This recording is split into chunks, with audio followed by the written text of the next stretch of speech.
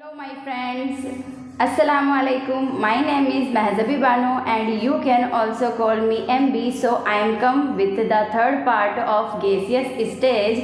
So last class की अगर हम बात करें तो उसको फिनिश किया था चार्ल्स लॉ पर एक न्यूमेरिकल करके। उसके बाद हमें गेल-लुसेक लॉ देखना है गैस लॉ में और एवोगैड्रो का देखना है। तो हम चार्ल्स लॉ पर ये फाइनल क्वेश्चन एक और न्यूमेरिकल देख रहे हैं जिसमें मैंने क्वेश्चन ये दिया है कि which plot is correct according to Charles law.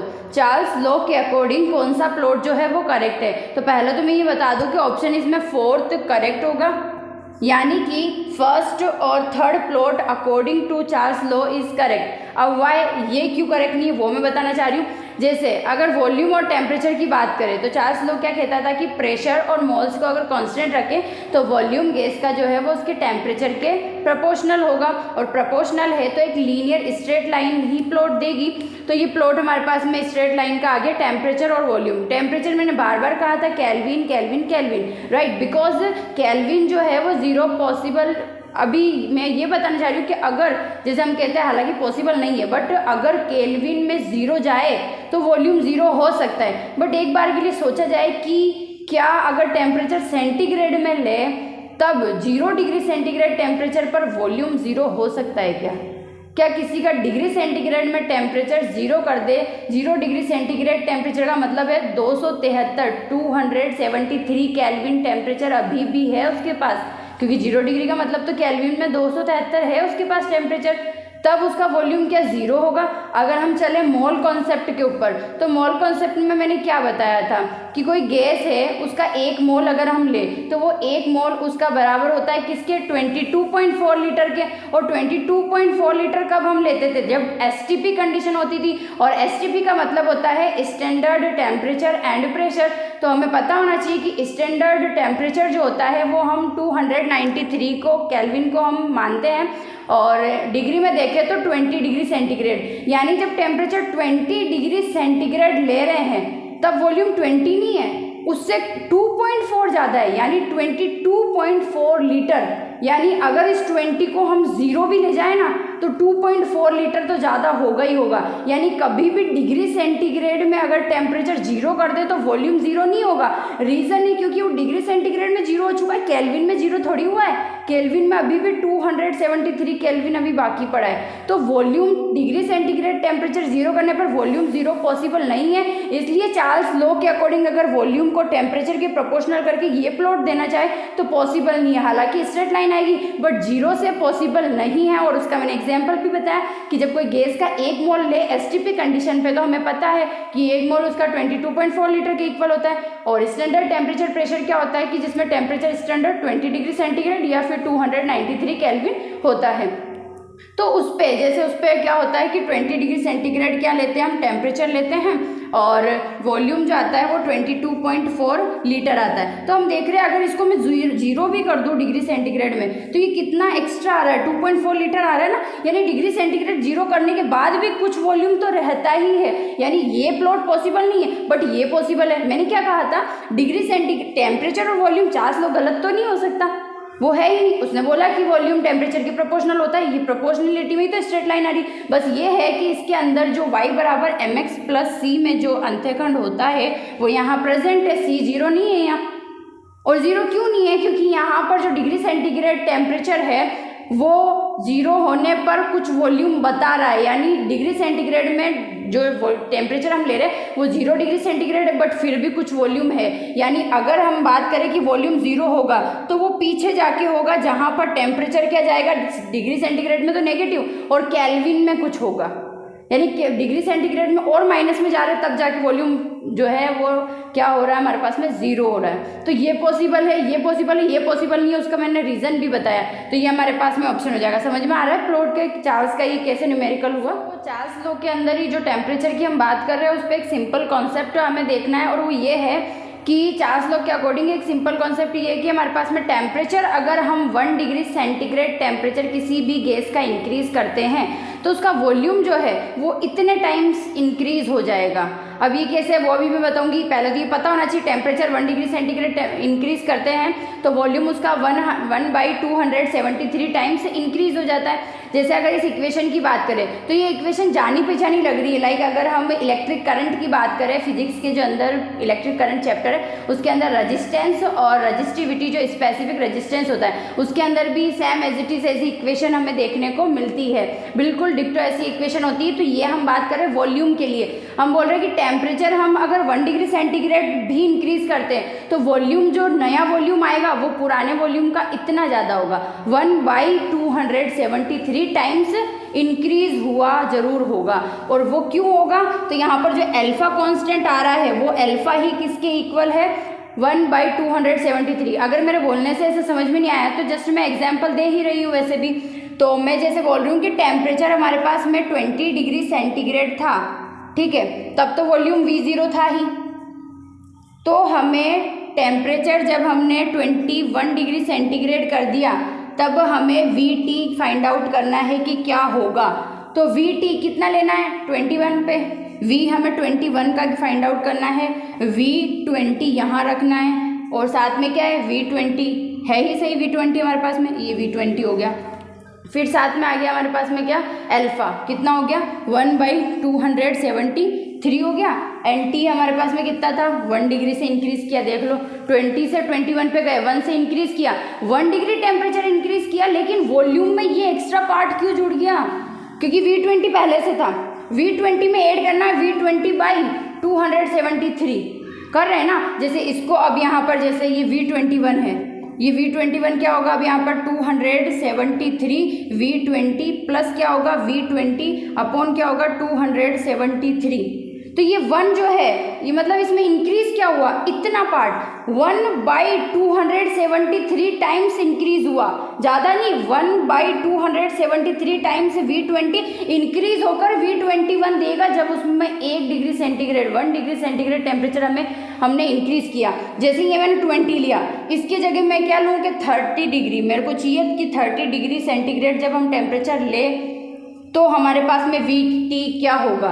तो हम यहाँ क्या करेंगे कि हमें चाहिए V30 के लिए, ठीक है, हमें किसके लिए चाहिए V30 के लिए चाहिए, और यहाँ पर V20 यहाँ पर V20 अल्फा इतना ही होता है हमेशा कि 1/273 टाइम्स ही इंक्रीज होगा। टेम्परेचर यहाँ पर कितना लेते हैं कि हमने कितना बढ़ाया, हर 1 डिग्री सेंटीग्रेड टेम्परेचर बढ़ाने के लिए ये एक बार आता है, हमने कितना बढ़ाया 10 डिग्री बढ़ाया, तो इसको इंटू किससे करेंगे 10 से, समझ में आ रहा है। तो अब ये फिर से चेंज हो जाएगा, यानी ये कॉन्सेप्ट हमें पता होना चाहिए कि किसी गैस का अगर हम 1 डिग्री सेंटीग्रेड टेम्परेचर भी इंक्रीज करते हैं तो जो पुराना वाला वॉल्यूम उस गैस का था उसमें 1/273 टाइम्स और कुछ ऐड हो जाएगा वॉल्यूम, और तब जाकर के एक नया वॉल्यूम हमारे पास आएगा। जैसे V20 जो था वो पहले से दे रखा था, उस V20 में ये पार्ट जुड़ेगा तब जाकर V30 आएगा। अगर 1 डिग्री इंक्रीज करते 20 से 21 करते तो क्या 1 आता, क्योंकि एक ही बार 1/273 आएगा, लेकिन यहाँ पर 10 का डिफरेंस है, एक पर एक बार आता है ये, तो 10 के लिए 10 से इंटू कर दो तो 10 बार आ जाएगा, तो ये हमारे पास में V30 देगा। आया समझ में कि ये कॉन्सेप्ट क्या कहना चाह रहा है। लाइक अगर मैं यहाँ पर 20 की जगह क्या लूँ, ये तो 20 है, ये हमारे पास में क्या हो जाए अगर 45 में ले लूँ, 45 लेने से हमारे पास में क्या होगा, अब यहाँ पर 25 का डिफरेंस आ जाएगा, V45 निकालना है और V20 पहले से दे रखा है और ये V20 हो गया। सो 1/273 तो है, डिफरेंट कितने का है 25 का, यानी 25 बार क्या आएगा 1/273 टाइम्स V0 इंक्रीज हो जाएगा, जो इस V0 में पुराने वाले में जुड़ेगा, तब जाके नया V45 मिलेगा। वो इस इक्वेशन से मैं समझाना चाह रही हूँ, इस इक्वेशन से मैं यही समझाना चाह रही हूँ कि 1 डिग्री सेंटीग्रेड टेम्परेचर भी अगर इंक्रीज करते हैं ना तो उस गैस का जो पुराना वाला वॉल्यूम था ना वो 1/273 टाइम्स क्या हो जाता है, इंक्रीज हो जाता है। अब हम गैस लॉ के थर्ड लॉ की बात कर रहे हैं, जो कि क्या है, गेल-लुसेक का लॉ है। सो गेल-लुसेक क्या कहते हैं कि जैसे फर्स्ट हमारे पास में था किसका, बॉयल्स लॉ P और V के बीच में था इन्वर्सली प्रोपोर्शनल के लिए। सेकंड हमने चार्ल्स लॉ देखा था, वो V और T के बीच में प्रोपोर्शनलिटी का रिलेशन बता रहा था। वैसे ही लाइक पहले क्या था, P और V के बीच में था, फिर V सेपरेटली आया T के साथ में चार्ल्स में, फिर P आ रहा है सेपरेटली T के साथ में, गेलुसेक के साथ में, यानी पहले दो थे आपस में, अब ये भी T के साथ अलग से सेपरेटली जा रहा है तो चार्ल्स आ रहा है, और P अलग से सेपरेटली T के साथ जा रहा है तो क्या आ रहा है, गेलुसेक आ रहा है। यानी कन्फ्यूजन खत्म करने के लिए एक ट्रिक बता रही हूँ, पहले P और V आपस में साथ में थे, फिर V टेम्परेचर के साथ जा रहा है और बाद में P जो है वो टेम्परेचर के साथ में जा रहा है। अब हमें पता है प्रोपोर्शनलिटी साइन हटेगा, कांस्टेंट आएगा, T नीचे चले गया तो ये इक्वेशन बन सकती है, पहले बता दिया बॉयल्स लॉ में, बार बार बताने की जरूरत नहीं है। अब ये इक्वेशन हमारे पास में होती है, C यहाँ पर क्या है 0, P y की जगह रख दिया, x की जगह T आई गया हमारे पास में, M स्लोप की बात करें P v बराबर nRT पे चलते हैं। अब V अगर नीचे चले जाए तो P y पे है, T हमारे पास में x में, तो M क्या हो गया, स्लोप nR अपॉन v इस इक्वेशन का हो गया। सो प्रोपोर्शनलिटी में यही फ्लोट आता है, तो इसको डीपली अब ज़्यादा टाइम वेस्ट करने की बजाय हम थोड़ा फास्ट चलेंगे। रीज़न क्योंकि हमने जो बॉयज़ लॉ देखा था उसमें बहुत ही डीपली इसको करा था, तो अब ये स्लोप निकालने में भी कोई दिक्कत नहीं आनी चाहिए, प्लॉट बनाने में भी नहीं आनी चाहिए, और ये इक्वेशन कैसे हम रख रहे हैं वो भी हमें नहीं होनी चाहिए दिक्कत। तो हम नेक्स्ट जिस लॉ की बात कर रहे हैं वो है हमारे पास में एवोगैड्रो लॉ, और गैस लॉ का सबसे लास्ट एंड फाइनल लॉ है। इसके बाद में हम जो हमारी PV बराबर nRT आइडियल गैस इक्वेशन है उसको डेराइव करेंगे। तो ये क्या बोलता है कि सेम टेम्परेचर एंड प्रेशर की कंडीशन पर the moles are same of same volume of gas. अगर इसमें से समझ ना आए कि मैंने क्या लिखा है तो यहाँ से समझ लेंगे। STP कंडीशन होती है क्या, जब टेम्परेचर होता है 293 kelvin and 20 degree centigrade temperature और प्रेशर हो 1 atm, ये STP कंडीशन होती है। अब इस STP कंडीशन पर टेम्परेचर और प्रेशर कोई सी भी गैस लो, STP कंडीशन है, सबके लिए टेम्परेचर वही है, सबके लिए प्रेशर भी वही है, तो same temperature pressure condition. Hydrogen के लिए भी मैं यही टेम्परेचर प्रेशर ले रही हूँ, नाइट्रोजन के लिए भी मैं यही टेम्परेचर प्रेशर ले लूँ, ऑक्सीजन के लिए भी यही टेम्परेचर और यही प्रेशर ले रही हूँ, और इनके मोल देखो सब सेम है, moles are same of same volume, moles सबके सेम है, सेम टेम्परेचर प्रेशर सब गैसों के लिए लिया है, तो वॉल्यूम भी सबका सेम होगा 22.4, 22.4, 22.4। यानी हम जो बोलते हैं ना कि STP कंडीशन, STP क्यों कहते हैं, रीज़न क्योंकि अगर हम जितनी भी गैस लेंगे उस पर STP कंडीशन लेंगे तो सबके लिए, जितनी भी गैसें हमने ली उन सबके लिए STP मतलब सबके लिए टेम्परेचर वही होगा जो एक पहली गैस के लिए लिया था, सबके लिए 293 होगा। और अगर हम बात करें प्रेशर की तो 1 atm भी सबके लिए सेम हो जाएगा, तो सेम टेम्परेचर और प्रेशर कंडीशन सब गैसों के लिए आ गई। फिर बोला कि मोल्स सेम होंगे, वॉल्यूम भी सेम होगा, मोल्स क्या है सबके 1, और ये भी क्या होगा 22.4, 22.4, 22.4।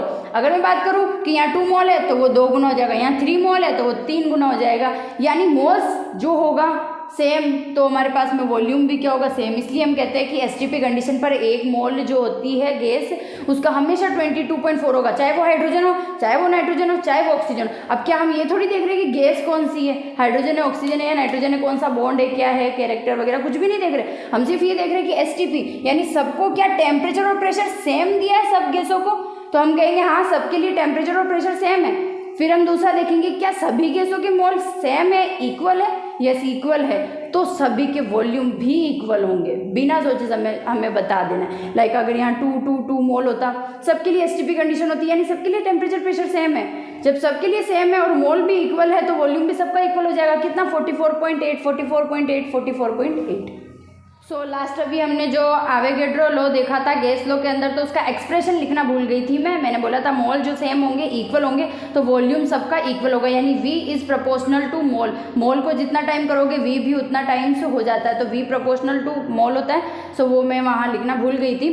तो अब हमें क्या चाहिए, आइडियल गैस इक्वेशन, तो सारे लॉ को लेके आते हैं, किसको छोड़कर, क्या दिख रहा है, कौन सा लॉ यहाँ है नहीं, तो वो है यहाँ पर लो हमारे पास में गेलुसेक का P proportional to T, temperature और प्रेशर के बीच वाला रिलेशन यहाँ नहीं है। बाय द वे उसके अलावा 3 लो हमारे पास में आए हैं, Boyle's law, Charles law and Avogadro law. तो इन तीनों को जब साथ में लिखते हैं 1 V proportional to 1/P, proportional to T, proportional to N, proportionality sign हटा, R आया जिसे हम क्या बोलते हैं गैस कांस्टेंट, P नीचे था ऊपर चला गया गुना में। अब इसकी R की वैल्यू कब क्या होती है, बहुत सौ को तो इसी में कन्फ्यूज़न होता है, बहुत सौ को तो इसी में कन्फ्यूज़न होता है कि R का फॉर्मूला कब क्या ले हम और क्या वैल्यू कब होती है। लाइक R की बात करें, अगर हमें जूल यूज़ करना है तो 8.3, क्योंकि मोल इन्वर्स केल्विन इन्वर्स सबके लिए सेम है, हीट के लिए जो मोल इन्वर्स केल्विन इन्वर्स होता है हमें सबको पता है, तो मोल इन्वर्स केल्विन इन्वर्स, मोल इन्वर्स केल्विन इन्वर्स, मोल इन्वर्स केल्विन इन्वर्स सबके लिए इक्वल है। जो आगे का जो यूनिट है वो चेंज हो रहा है तो उसकी वैल्यू चेंज हो रही है। जैसे कैलोरी की बात करें 1.98 अप्रोक्सीमेट इक्वल टू 2 हो गया हमारे पास में। लीटर एटीएम की बात करें, ये वाली यूनिट हो तो 0.0821 यूज़ करते हैं। 8.314 जैसे जूल हमारे पास में आ गया। जैसे केमिकल काइनेटिक्स की बात करें, वहाँ अधिकतर हम ये वाला यूज़ करते हैं क्योंकि वहाँ अधिकतर हम जूल में ही लेते हैं। ऐसा नहीं बोल रहे फाइनल है केमिकल काइनेटिक्स में ये यूज़ होती है, बट वहाँ पर जितने मैक्सिमम क्वेश्चंस हम करते हैं वहाँ पर जूल से करते हैं, इसलिए ये वैल्यू हम यूज़ करते हैं। अगर मैं बात करूँ कि जो सॉल्यूशन चैप्टर है उसके अंदर कॉलिगेटिव प्रॉपर्टीज़ होती है, उसमें जो ऑस्मोसिस प्रेशर 4th नंबर की जो कॉलिगेटिव प्रॉपर्टी, उसमें जो वॉल्यूम आता है कंसंट्रेशन के अंदर वो PV बराबर NRT लाइक स्ट्रक्चर, वहाँ पर भी इक्वेशन बनती है। क्या बनती है वहाँ पर? P बराबर CRT बनती है। तो वहाँ पर जो बनती है PV बराबर NRT, वो वाली जो है वो यहाँ पर लीटर वाली यूज़ होती है, लीटर एटीएम, क्योंकि उसमें वॉल्यूम होता है तो हम ये वाला बार बार वहाँ यूज़ करते हैं। और कैलोरी लाइक थर्मोडाइनमिक्स में बार बार यूज़ होती है। तो हमें तो ध्यान रखना है कि अगर क्वेश्चन में कैलोरी में कोई वैल्यू दे रखी है तो हमें ये वैल्यू भी कैलोरी में लेनी होगी, जूल में दे रखी तो ये भी जूल में लेनी होगी, और अगर हमें किस में दे रखी लीटर एटीएम में तो हमें ये भी लीटर, और फिर ये भी देखना है कि आंसर किस में दे रखा है, उसके अकॉर्डिंग अगर हमारा नहीं आ रहा तो हमें चेंज भी करना होगा। तो ये आर की वैल्यू जिनको बहुत ज़्यादा कन्फ्यूजन होता है वो याद कर लेना कि कब कौन सी यूज़ करते हैं जब यूनिट हमारे पास में पीछे क्या हो। हमने एक क्वेश्चन लिया है न्यूमेरिकल, और उसमें मैंने कहा है कि 8 STP कंडीशन पर वॉल्यूम ऑफ ए गैस, कोई गैस है उसका STP कंडीशन पर वॉल्यूम 2 लीटर हमें दे रखा है। Then what will be the volume क्या होगा जब 2 ATM प्रेशर हमने लिया है और 127 डिग्री सेंटीग्रेड टेम्परेचर हमने लिया है, तो क्या होगा, राइट। तो अगर देखा जाए STP में क्या छुपा है, टेम्परेचर छुपा है, प्रेशर छुपा है, और वहाँ पर वॉल्यूम दे रखा है। नीचे भी वॉल्यूम, टेम्परेचर और प्रेशर की बात की गई, यानी कोई भी चार्ल्स लॉ, बॉयल्स लॉ और एवोगैड्रो, गैलुसेक लॉ हम कोई सा भी यहाँ यूज़ नहीं कर सकते क्योंकि वो तो 2 के बीच है। यहाँ तो तीन चीज़ें एक साथ चेंज हो रही है, पहले ये थी बाद में ये हो रही है। तो हम क्यों भूल रहे हैं, अभी हमने आइडियल गैस इक्वेशन पढ़ी है, वो 3 क्या 4 भी चेंज होगी तब भी यूज़ कर सकते हैं ना वो यूज़, 4 भी चेंज हो तो अब लिखते हैं उसको कि PV बराबर NRT। PV बराबर क्या होता है, NRT होता है। R की बात करें तो हमेशा ही कांस्टेंट होगा, वो तो कांस्टेंट है, गैस कांस्टेंट। N की बात करें तो N यहाँ पर चेंज होगा, ऐसा कुछ भी नहीं बोला है कि गैस को ही चेंज कर दिया है, बिल्कुल नहीं किया है, मोल बिल्कुल चेंज नहीं, तो ये भी कांस्टेंट हो गया। तो PV अपॉन T बराबर क्या है, NR, और NR क्या है, कांस्टेंट। जब कांस्टेंट है तो क्या लिख सकते हैं, P1 V1 अपॉन T1 बराबर P2 V2 अपॉन T2 लिख सकते हैं, राइट, लिख सकते हैं अच्छे से। तो ये लिख लिया आपने। अब बात करें P1 V1 की। P1 क्या है, P1 है हमारे पास में स्टैंडर्ड टेम्परेचर प्रेशर में से P1 निकालना है, क्या होता है 1 ATM होता है, हम सबको पता है कि STP में ATM प्रेशर क्या होता है 1 ATM। टेम्परेचर यानी T1 की बात करें कितना होता है 293 केल्विन, मैंने कहा था केल्विन में तो लेना ही है। फिर आता है हमारे पास में उधर क्या, वॉल्यूम V1 कितना है 2 लीटर। अब बात करते हैं P2 की, कितना दे रखा है 2 ATM। सेकेंड टेम्परेचर की जो कि हमारे पास में T2 हो गया 127 डिग्री सेंटीग्रेड है, केल्विन में बदलने के लिए 273 से ऐड कर देंगे, कितना हो जाएगा हमारे पास में, ये 10 हो गया, ये फिर 10 हो गया, ये 3 एंड 4 हो गया, 400 केल्विन हमारे पास में क्या हो गया T2 हो गया। अब जब सारी चीज़ें हमारे पास आ गई तो रख देते हैं इसके अंदर, V2 तो हमें ज्ञात करना ही है। सो इसके अंदर अगर हम रखें तो हमारे पास में P1 1 ATM, T1 हमारे पास में है, सॉरी V1 पहले लिखते हैं ऊपर 2, और फिर आता है हमारे पास में T1 293 इक्वल टू P2 हमारे पास में है 2 एंड V2 हमें फाइंड आउट करना है, अपॉन हमारे पास में क्या हो गया T2 जो कि कितना है 400 केल्विन, राइट। सो ये हो गया हमारे पास में 2 से तो 2 कैंसिल आउट, यहीं से हो गया, हो रहा है कैंसिल आउट। सो 2 से 2 कैंसिल आउट हो गया, बचा V2 हमारे पास में क्या हो जाएगा 400 अपॉन 293 होगा। सो ये अप्रोक्सीमेट अगर 300 हम कंसिडर करें तो लाइक अप्रोक्सीमेशन में इस क्वेश्चन को करें कि 400 है और इसको हम 300 कंसिडर करें तो ये हमारे पास में कितना हो सकता है 3, और फिर ये 3 चलता रहेगा, यही चलता रहेगा, तो इसके आसपास आएगा। और अगर एग्जैक्ट वैल्यू निकालनी है तो वो भी निकाल के मुझे कमेंट बॉक्स में ज़रूर बताना क्या आएगी। मैंने अप्रोक्सीमेशन में किया है कि 293 को मैं लगभग 300 लेकर के 300 लेकर के किया है तो 1.33 आ रहा है, तो देख लेना। और तो वॉल्यूम हमारे पास में निकल गया है यानी चेंजेबल पे डिपेंड करता है, जो चेंज हो रही है उसको इक्वेशन में ले लो, जो कांस्टेंट उसको हटा दो और दो इक्वेशन को आपस में बराबर कर दो। सो अब हम जिस लॉ की बात कर रहे हैं, जिसका जिक्र जो है वो फिजिक्स के अंदर भी होता है, जब थर्मोडाइनेमिक वगैरह उसमें स्टार्ट होती है पीछे के चैप्टर लाइक 11th क्लास के। और अगर बात करें सॉल्यूशन चैप्टर की तो वहाँ पर भी राउल्ट लॉ के साथ में डाल्टन्स लॉ का यूज़ किया जाता है। बट जो रियलिटी है कि जो डाल्टन्स लॉ यूज़ कहाँ से मतलब स्टार्ट हुआ है, तो वो है गैसेस स्टेट, जो कि सबसे ज़्यादा डाल्टन लॉ के बारे में यही पता चलता है। तो Dalton's law of partial pressure, आंशिक दाब का डाल्टन का नियम जो है वो क्या कहता है, for a non reacting gaseous mixture. पहला ये हमें पता यहाँ चल गया है कि जो गैसेस मिक्सचर होना चाहिए, गैसों का जो मिक्सचर हमारे पास में वो गैसें आपस में कैसी होनी चाहिए, नॉन रिएक्टिंग गैसेज होनी चाहिए, रिएक्ट आपस में नहीं करनी चाहिए। जैसे अगर हम बात करें किसकी, अमोनिया की और HCl की, तो हमें पता है कि अमोनिया और HCl को कभी साथ नहीं रख सकते, क्योंकि अमोनिया HCl के साथ मिलकर के अमोनियम क्लोराइड सोल्ट बनाने की, इसलिए ये नॉन रिएक्टिंग नहीं है। तो कभी भी डाल्टन लॉ हम इस पे तो बात कर ही नहीं सकते कि इस पे मोल बिन निकालिए, mole fraction, partial pressure, total pressure, इन पे बात नहीं कर सकते। रीजन रिएक्टिव गैसेज है, उसने पहली लाइन में ही बोल दिया कि नॉन रिएक्टिंग गैसेज होनी चाहिए। अगर हम और बात करें, जैसे हमें पता है बोल दिया गया H2 और Cl2 लिया है, तो हमें तो पता है ये रिएक्ट करती है, 2HCl बनाती है, तो क्या हम इसका यूज़ करेंगे, नहीं, नॉन रिएक्टिंग है ही नहीं, तो हम इसका क्यों यूज़ कर लें।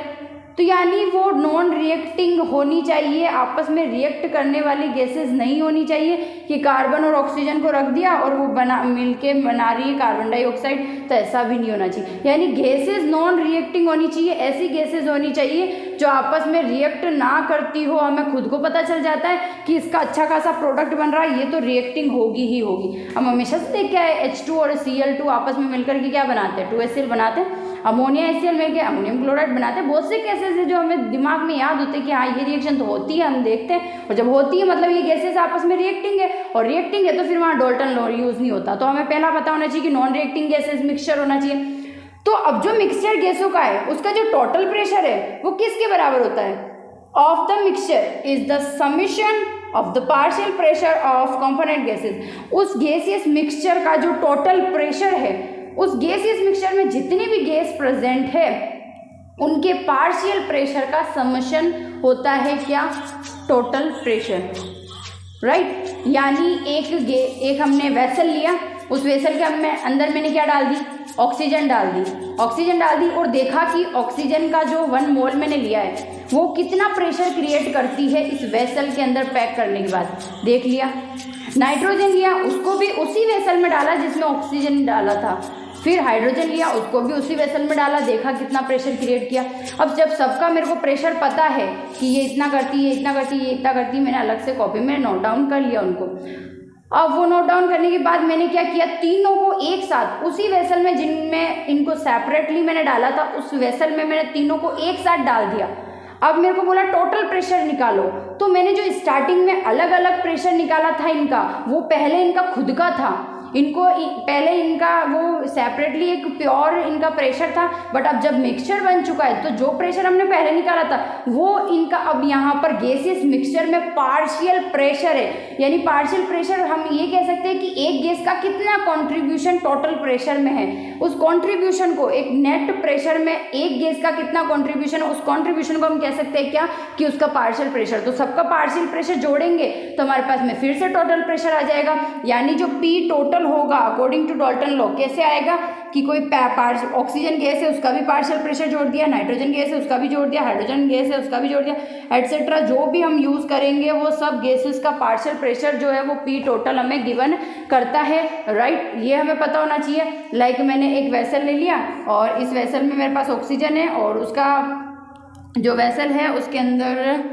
प्रेशर जो है उसका 200 mm है और ऐसा कैसे इसी साइज का बिल्कुल बिना चेंज किए नाइट्रोजन गैस इसी वेसल, ऐसे ही वेसल में ली, उसका 300 है। ऐसा ही वेसल फिर ले लिया और नाइट्रोजन ऑक्सीजन को दोनों को शामिल साथ में रख दिया और पूछा कि पी टोटल क्या होगा, तो दोनों के पार्शियल प्रेशर, अब ये प्रेशर पहले इनके सेपरेट थे, जब दोनों साथ में रख दिए गए तो ये इनके पार्शियल प्रेशर बन गए। अब इनको जोड़ दो तो 500 mm ही क्या होगा, पी टोटल होगा। ऐसा हमारे डोल्टन का कहना है। सो इनकी सेकंड इक्वेशन के बारे में भी हम बात करेंगे और उसके ऊपर क्वेश्चंस भी करेंगे। सो अभी हमने जिस डोल्टन लॉ के बारे में डिस्कस किया डीपली, तो उसमें हमने देखा था कि जो वेसल का वॉल्यूम में लगातार ले रही थी, चाहे वो सेपरेटली एक गैस के लिए हो चाहे सभी को एक साथ डाला गया हो, वॉल्यूम में क्या ले रही थी, चाहे वो गैस ए हो अकेली या फिर सारी गैसों का टोटल मिक्सचर हो, वेसल का वॉल्यूम दोनों के अंदर क्या था, सेम, इसलिए मैंने सेम लिख दिया PV बराबर nRT में। क्या प्रेशर सेम होगा? नहीं, ऑक्सीजन खुद लगा रही है वो प्रेशर अलग है और एक सारी गैसों का प्रेशर है तो अलग अलग तो होगा ही। एक अकेली ऑक्सीजन कोई एक गैस है उसका और एक टोटल, तो P चेंज है बट V चेंज नहीं है। NR की बात करें, सॉरी मतलब मोल्स की बात करें, तो मोल्स में अगर बात करूँ तो एक गैस है उसके मोल अलग है और एक टोटल सारी गैसें हम ले तो उनके मोल अलग है, तो ये अलग कर दिया। R सब में सेम होता है, टेम्परेचर वही वेसल है तो टेम्परेचर वही जो एक सराउंडिंग एरिया का होता है वो सेम है दोनों में। तब इसके अंदर इसका जो मैंने डिवाइड किया है उसके अंदर हम देख पा रहे हैं moles of A upon total mole, पता है क्या देता है, मोल फ्रैक्शन पढ़ा है ना हमने अभी नेक्स्ट चैप्टर, जो लास्ट चैप्टर हमने पढ़ा था मोल कॉन्सेप्ट, उसमें हमने मोल फ्रैक्शन का के बारे में क्या देखा था, ऊपर जिसका मोल है और अपॉन टोटल मोल, तो जिसका मोल ऊपर है उसी की वो क्या हो जाएंगे, mole fraction. Moles of A upon total mole क्या देंगे, मोल फ्रैक्शन ऑफ ए देंगे। मोल फ्रैक्शन आ गया पी टोटल को ऊपर इंटू कर दिया पी ए, यानी किसी भी गैस का, डोल्टन कहते हैं कि एक हमने वेसल लिया उसमें बहुत सारी गैसें हैं, एक भी गैस का हमें पार्शियल प्रेशर निकालना है तो कैसे निकालेंगे, उस गैस का हमें मोल भिन्न पता होना चाहिए। मोल भिन्न को मल्टीप्लाई कर दो गैस में जितनी भी, जो वेसल में जितनी भी गैसेस प्रेजेंट है उसका जो पी टोटल है उससे मल्टीप्लाई कर दो। जैसे पार्शियल प्रेशर ऑफ गैस ए का हमें क्वेश्चन में निकालने को बोल दिया तो हम कैसे निकालेंगे, पी टोटल को मल्टीप्लाई करेंगे, पार्शियल प्रेशर ए का निकालना तो मोल भिन्न भी ए के आएंगे और पी टोटल से इंटू कर दो तो हमारे पास में पार्शियल प्रेशर ऑफ गैस ए आ जाएगा। तो ये इक्वेशन सेकंड थी डोल्टन के नियम की और यही ज़्यादा काम आती क्योंकि वो अगर नीट के नज़रिए से बात करें तो उसमें मोल भिन्न, पी टोटल या पार्शियल प्रेशर ही पूछते हैं, वो जो मैंने पहले बताई थी कि आपस में पार्शियल प्रेशर जोड़ के पी टोटल, तो ऐसा तो कोई भी कर लेगा, इसलिए ये इस लेवल की आती है। इक्वेशन हमें पता होना चाहिए कि पार्शियल प्रेशर कैसे निकालते हैं, क्वेश्चन भी देख लेते हैं। तो अब हमने वही डोल्टन के सेकंड इक्वेशन के बारे में जो मैंने बताया कि पार्शियल प्रेशर कैसे निकालते हैं उस पर मैंने क्वेश्चन लिया है। क्या है question, if equal amounts of H2 and O2 are mixed, H2 और O2 दो गैस है, दोनों को मिक्स किया गया, दोनों का अमाउंट हमने इक्वल लिया है in a vessel. If the P total, अगर पी टोटल हमारे पास में 4 ATM हो, then the find the partial pressure of H2 and O2। अगर हम बात करें पार्शियल प्रेशर ऑफ H2 की तो क्या होगा, वो पी टोटल और साथ में क्या होगा, मोल फ्रैक्शन ऑफ H2। अगर हम बात करें partial pressure of oxygen gas तो क्या होगा, पी टोटल और साथ में क्या होगा, मोल फ्रैक्शन ऑफ O2। यानी पी टोटल हमें क्वेश्चन में दिया है, हमें क्या अगर हम निकाल ले mole fraction of hydrogen gas and mole fraction of oxygen gas तो हमें क्या मिल जाएगा, पार्शियल प्रेशर। और मोल फ्रैक्शन निकालने का तरीका तो हमने लास्ट क्लास में देखा ही, सॉरी लास्ट चैप्टर जो किया था, मैंने कहा था केमिस्ट्री स्टार्ट करनी और खासकर फिजिकल केमिस्ट्री तो हमें क्या आना चाहिए, mole concept. Mole concept chemistry का एक बेस है, जिसने 11th क्लास में ये नहीं पढ़ा फिजिकल केमिस्ट्री को टच भी नहीं कर सकता, हर जगह आती है। अब देख लो मोल फ्रैक्शन, मोल फ्रैक्शन कहाँ निकाला जाता है, मोल कॉन्सेप्ट में निकालना सिखाया जाता है, डोल्टन नियम में काम आ रहा है, डोल्टन लॉ में काम आ रहा है। जैसे अगर हम बायोलॉजी की बात करें तो बायोमोलिक्यूल से उसका एक बेस होता है पूरी बायोलॉजी का, चाहे 11th हो चाहे 12th, बायोमोलिक्यूल हर जगह घूम फिर कर काम आता है। वैसे ही केमिस्ट्री के अंदर मोल कॉन्सेप्ट हर जगह घूम के काम आता है, कुछ रेयर चैप्टर्स होते हैं जिनमें काम नहीं आता, बाकी वो काम आता है घूम फिर के बार बार। अब मोल फ्रैक्शन की बात करें तो मोल फ्रैक्शन ऑफ H2 क्या होगा, मोल फ्रैक्शन ऑफ H2 होगा कि moles of H2 upon total mole. वैसे ही मोल फ्रैक्शन ऑफ O2 क्या होगा, मोल्स ऑफ O2 अपॉन क्या होगा, टोटल मोल। तो पहले तो हमें ये पता होना चाहिए कि मोल H2 और O2 का है क्या, ये पता होना चाहिए हमें। बोला है कि सेम अमाउंट है, इक्वल अमाउंट है, तो इक्वल क्या ले, हम बोल देते इसका भी x है इसका भी x है, इक्वल बोला है, अब इक्वल है तो दोनों में इक्वल रखना होगा। अब ये नहीं पता कितना है, बस बोला इक्वल है तो ठीक है, हम निकाल लेते हैं कि NH2 क्या होगा। कैसे निकालते हैं, वेट में मोल का फॉर्मूला क्या था, लो। अब मोल फ्रैक्शन के बाद मोल भी पता होना चाहिए कि मोल कैसे निकालते, फिर वो भी काम आ गया।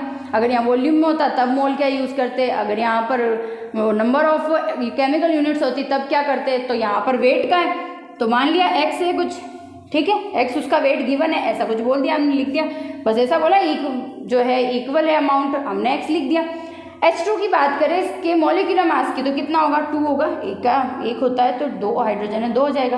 वैसे ही अगर मॉल्स की बात करें हम किसके, ऑक्सीजन के मॉल्स की अगर बात करें तो ये क्या होगा, x, ये भी x होगा, क्योंकि बोला है गिवन जो अमाउंट है ना वो इक्वल है, ये नहीं बोला कितना है बट इक्वल है, इसका x लिया तो इसका भी x लेंगे। ऑक्सीजन का कितना होता है, ये हो जाएगा 32, राइट, 32 ग्राम लिख दिया, तो हमारे पास में मोल आ गया। अब मोल फ्रैक्शन H2 के निकालते हैं, मोल फ्रैक्शन ऑफ H2 कैसे निकलेंगे, मोल ऑफ H2 क्या हो गया, x/2 अपॉन क्या लिखेंगे, x/2 प्लस x/32, राइट। अगर यहाँ पर हम LHS लेते हैं तो x/2 तो है ही, नीचे क्या हो जाएगा हमारे पास में 32, कितना हो जाएगा 16 टाइम 16x और एक x कितना हो गया 17x ही हो गया। अगर हम बात करें यहाँ पर इसको सेट करने की तो यहाँ पर क्या हो जाएगा x/2 इंटू क्या हो जाएगा हमारे पास में 32 अपॉन 17x, x से x कट गया, क्या आ गया 32 बाई क्या हो गया हमारे पास में 34, ये तो क्या आ गया मोल फ्रैक्शन ऑफ H2। हमें मोल फ्रैक्शन ऑफ और किसका निकालना है, मोल फ्रैक्शन हमें निकालना है किसका, ऑक्सीजन का भी निकालना है।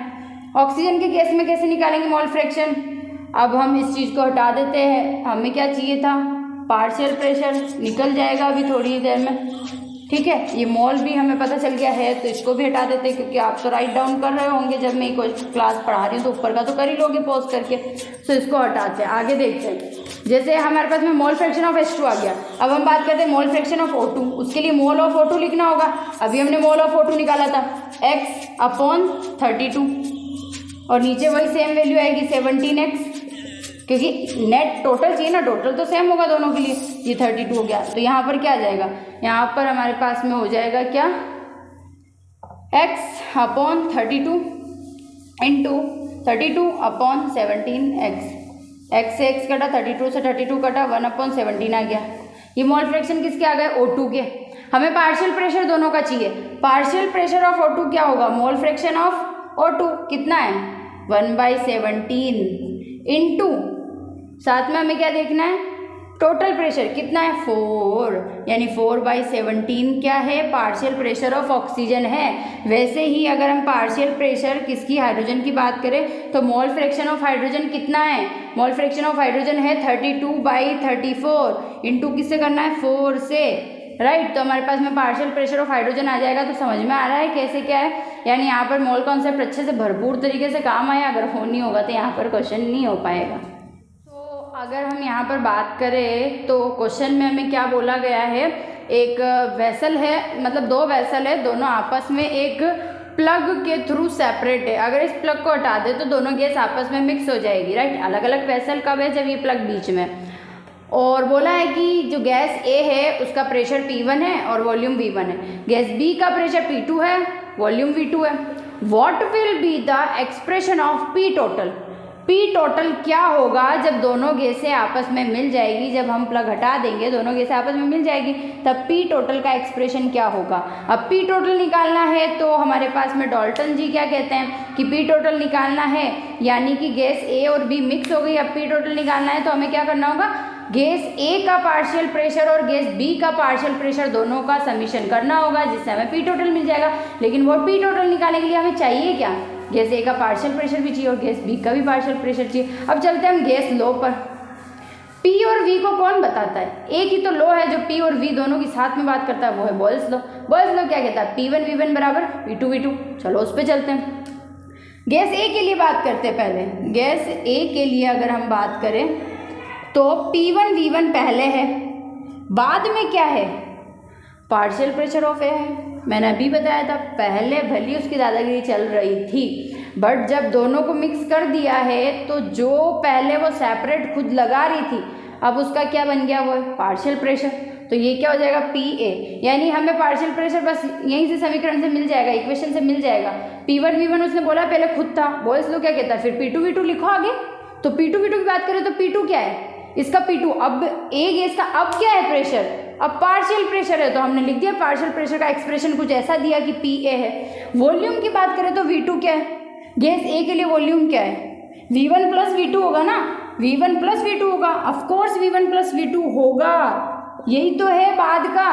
याद करो हमने जब बॉयल्स लॉ पढ़ा था एक क्वेश्चन किया था P1 V1 और P2 V2 के लिए, प्रेशर घट गया था तो घटा हुआ प्रेशर लिखा हमने ATM करके, लेकिन वॉल्यूम दोनों जुड़े हैं क्योंकि जो P1 V1 लिखा है वो केवल एक वेसल के लिए है।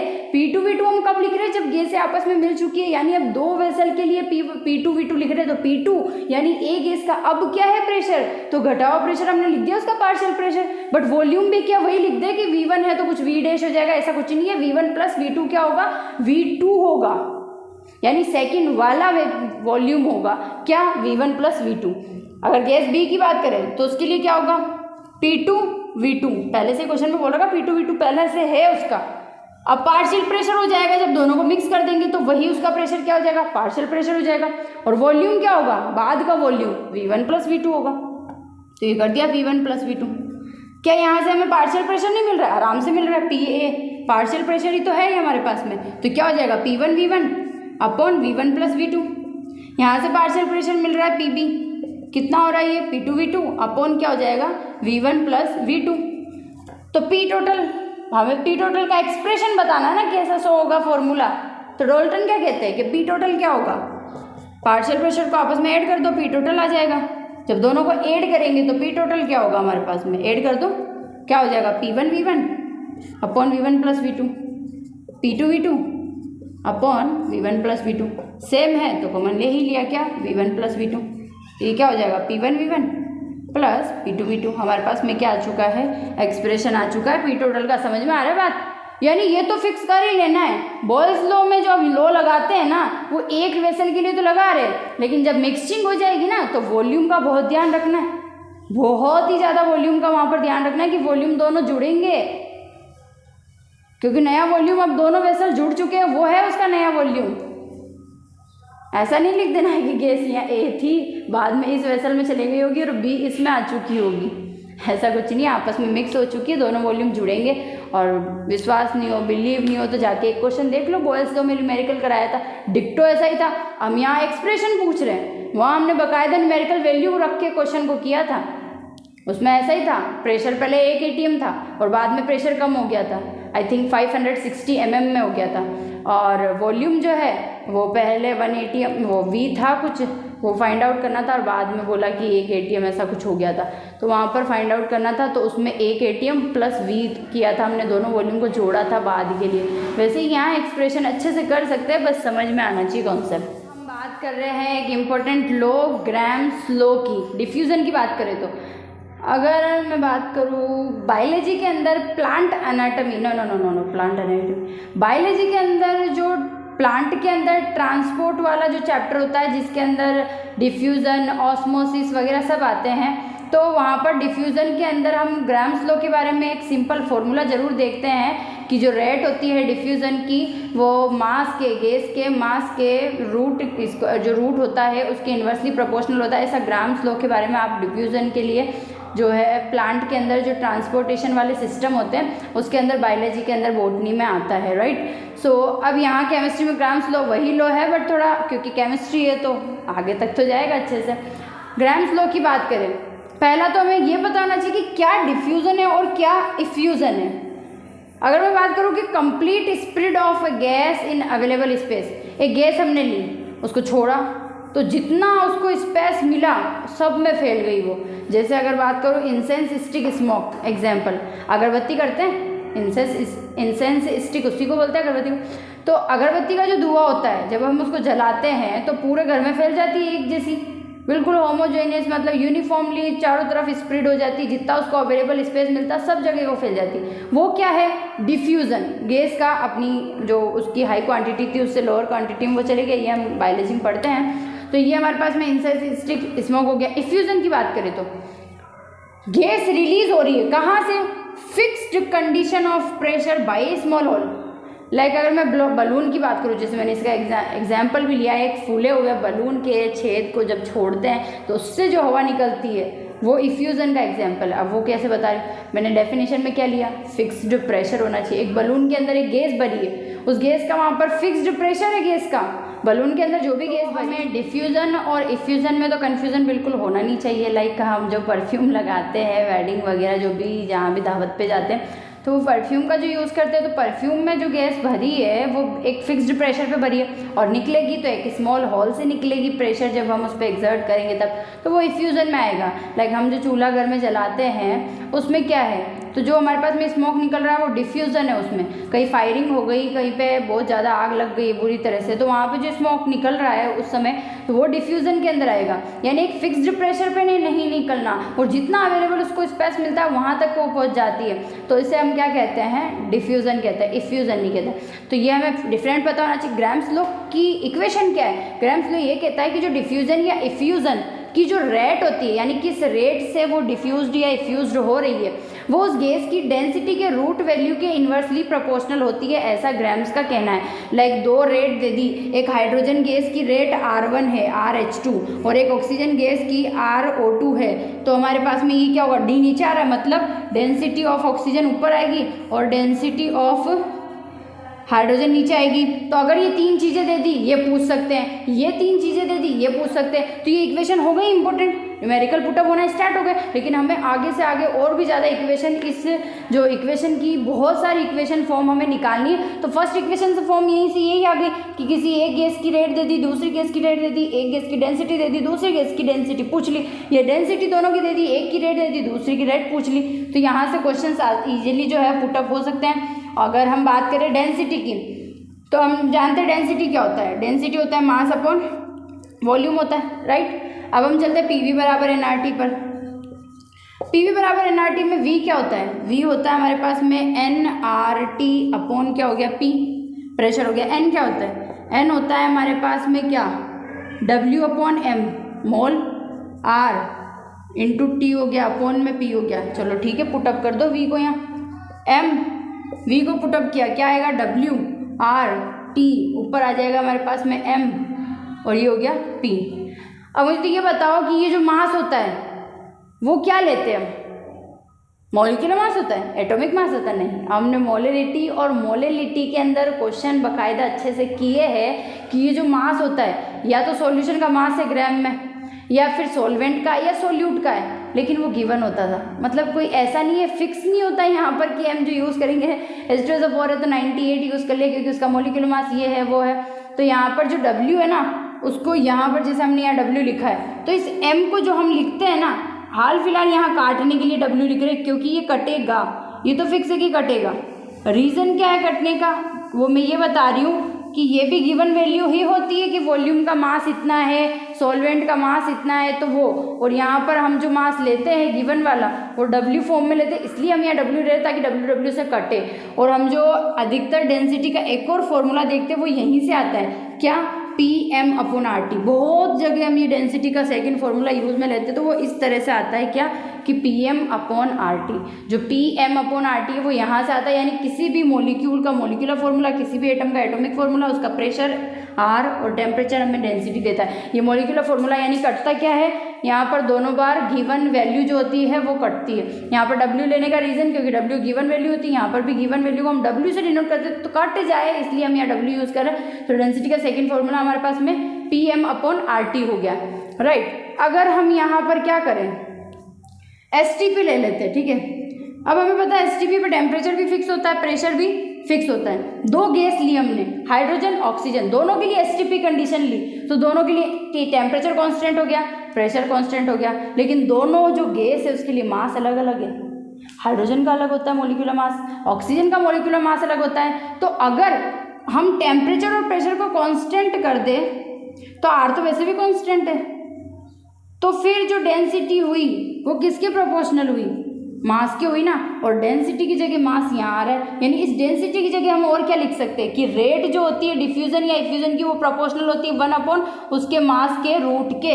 यानी जो रेट, अगर हमें ऑक्सीजन गैस का मॉलिक्यूलर मास पता ही है, हाइड्रोजन का भी मॉलिक्यूलर मास पता है, किसी भी एक गैस की रेट दे दी डिफ्यूजन या इफ्यूजन की, तो हमें दूसरे की पूछ सकते हैं क्योंकि मास हमें पता है, वो मास नहीं देगा।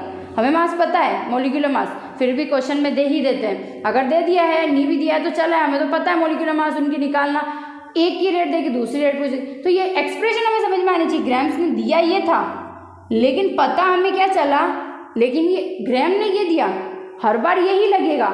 ये कब यूज करना है, कंडीशन तो देखो उसकी, temperature constant, pressure constant, R वैसे ही कांस्टेंट होता है, तब जाकर डी प्रोपोर्शनल होता है एम के according to this formula.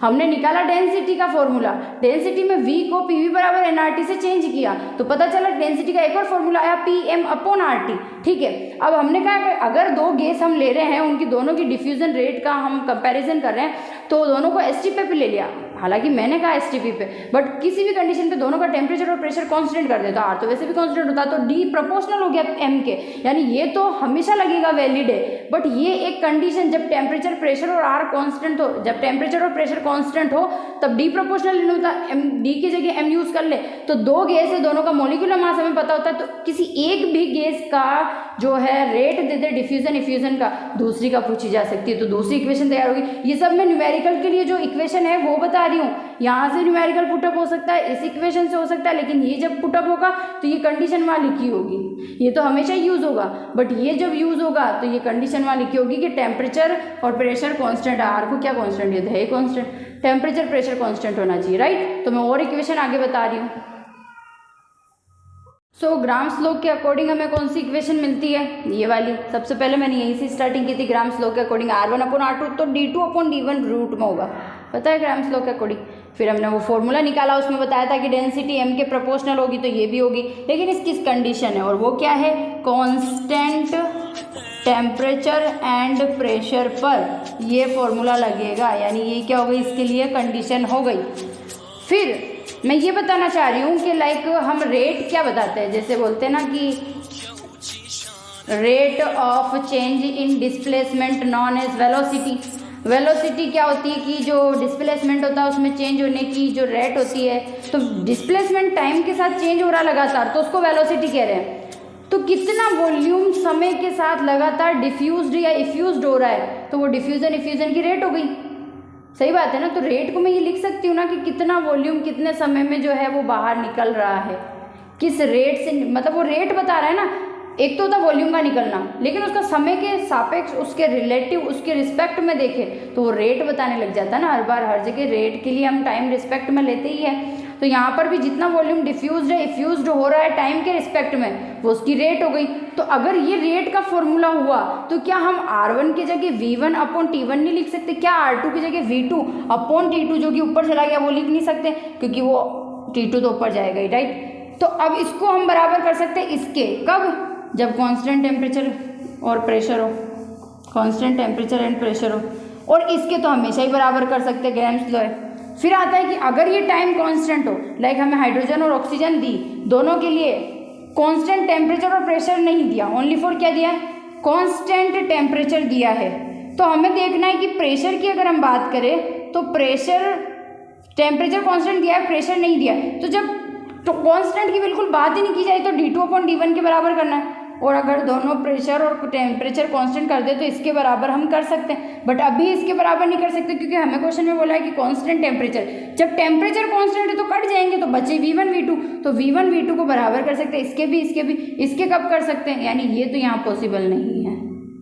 Right. Reason क्या है, क्योंकि V1/V2 जो है वो √D2/D1 के बराबर हो रहा है। इसका मतलब क्या है, टेम्परेचर कांस्टेंट यानी प्रेशर कांस्टेंट नहीं है। अगर प्रेशर कांस्टेंट हो जाए, लाइक अगर मैं यहाँ लिख दूँ कि कांस्टेंट तो टेम्परेचर है ही, तो ये कट गए, प्रेशर भी कांस्टेंट है, तब ये किसके लिए और लग जाएगी, √M2/M1 के लिए भी लग जाएगी। ये मैं स्लैश लगा रही हूँ, यानी ये भी लिख सकते हैं बराबर में, ये भी लिख सकते हैं, ये तो लिख ही सकते हैं। इसके लिए कंडीशन हर बार आनी चाहिए, कांस्टेंट टेम्परेचर प्रेशर। अगर दोनों कंडीशन है तो ठीक है, एक भी है कांस्टेंट टेम्परेचर तो वैसे भी कटना है, और दोनों है तब भी कटना है, ये कट गया तो केवल V1/V2 बच गया। यानी रेट की जगह मैंने यूज इसका किया ना, तो टेम्परेचर अगर सेम है तो कट जाएगा, तो वॉल्यूम हम लिख लेंगे।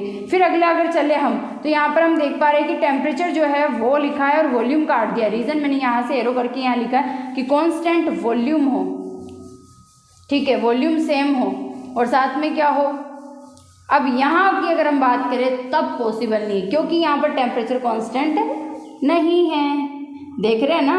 यानी मैंने जो यहाँ मिटाया था यहाँ मिटाने की जरूरत नहीं है। रीज़न क्योंकि कांस्टेंट टेम्परेचर प्रेशर की बात की जाती है तब ये आता है, ठीक है।